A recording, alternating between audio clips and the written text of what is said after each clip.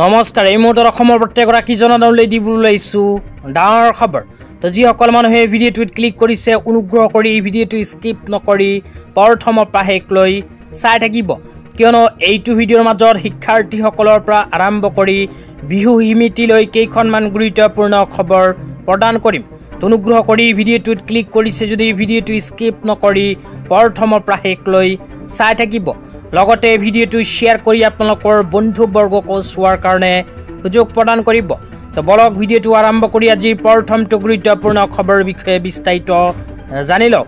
আজিৰ প্ৰথমটো গুৰুত্বপূৰ্ণ খবৰ হ'ল নিযুত মইনা আঁচনিলৈ।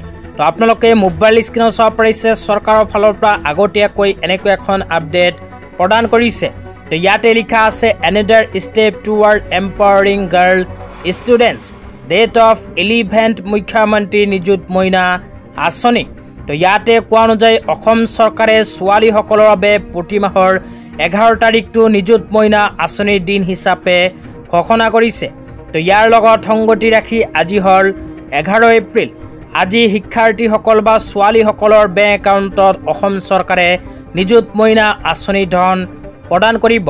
তাৰপিছত লিখা আছে benefited girls student 1,64,684 amount to be distributed every month 18.39 crore.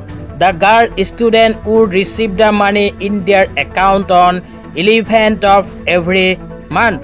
তো ইয়াতে কোৱা অনুযায়ী অসম চৰকাৰে আজি 1,61,684 গৰাকী ছোৱালীৰ বেংক একাউণ্টত নিযুত মইনা আঁচনিৰ 1000 টকাৰ পৰা আৰম্ভ কৰি 2500 টকা প্ৰদান কৰিব।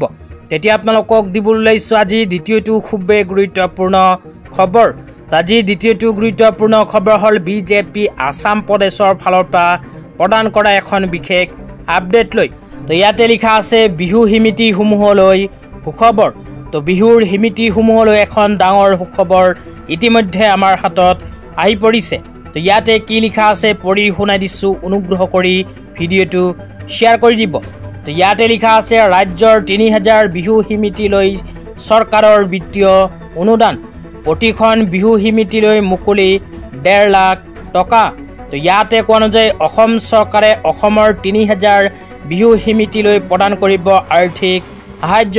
তো অসমৰ 3000 বিহু সমিতিয়ে লাভ কৰিব 1.5 লাখকৈ টকা। আজি ইমানেই। ভিডিঅ'টো চাই কেনে পালে নিশ্চয় কমেণ্ট কৰি জনাই দিব।